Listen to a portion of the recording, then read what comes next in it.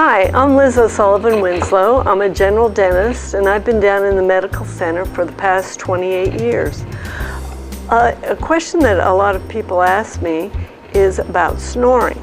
And snoring can be a bigger problem than one thinks. It isn't just a noisy nuisance. It also can affect the people around you as well as your partner in the bedroom. It can cause problems. It can lead to fatigue, tiredness, and it can also be a sign of sleep apnea.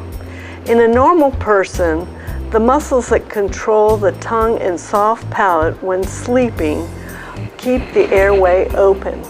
In snoring, these muscles relax, and so the airway narrows. In sleep apnea, the airway is completely constricted and they have a hard time getting any air out. So if you have any of these problems, we can help you with a snoring appliance called a SomnoMed. I realize that the CPAP is the golden standard, but the SomnoMed is great for people who travel or who are not tolerant to the CPAP.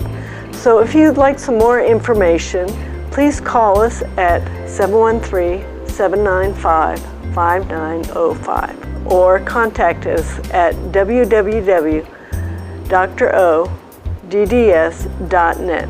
Thank you so much.